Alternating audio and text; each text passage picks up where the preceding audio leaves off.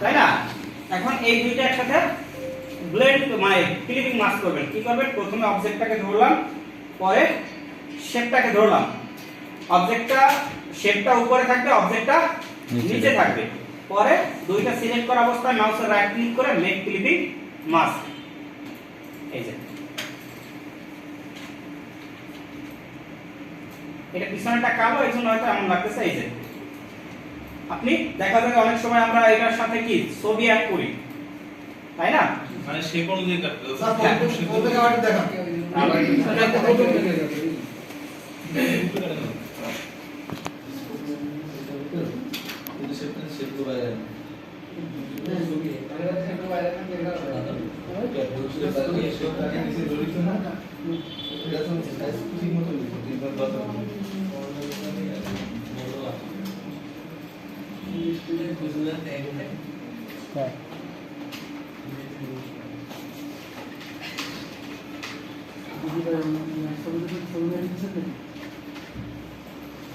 আচ্ছা, ওগুলো ডাউনলোড হয়ে যায় কেন? অটো অটোমেটিক ডাউনলোড এই তো বেকায়দা অবস্থা।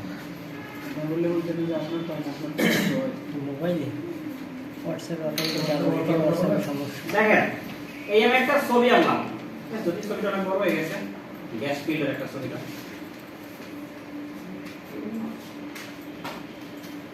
এই আমি একটা ছবি নিলাম, ঠিক আছে? এখন এই ছবিটাকে আমি আমার ইচ্ছা মতো করে কাটবো, আমার যেটুকু স্যার দরকার। এখান থেকে র‍্যান্ডম কোশ্চেন, হ্যাঁ, বলেন। আমরা যে ছবি ইউজ করতেছি, যদি ছবিতে লাইসেন্স করা থাকে তখন তো মার্কেট প্লেসে ইউজ করতে পারবো। এটা তো আমি দেখানোর জন্য, এখানে মার্কেট প্লেসে এই দেখাবো তো, এই যে কপিরাইট কপিরাইট ক্লেম তো দেখাবো। হ্যাঁ হ্যাঁ।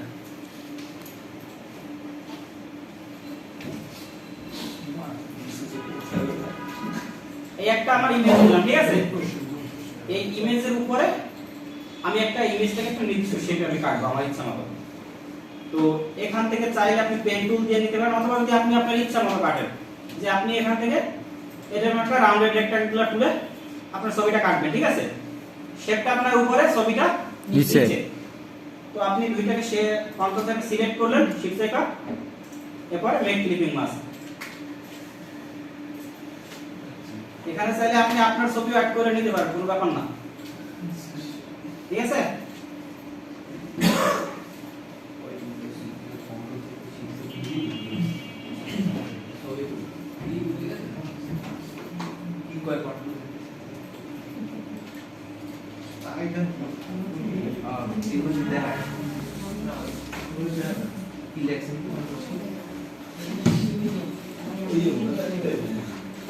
হ্যাঁ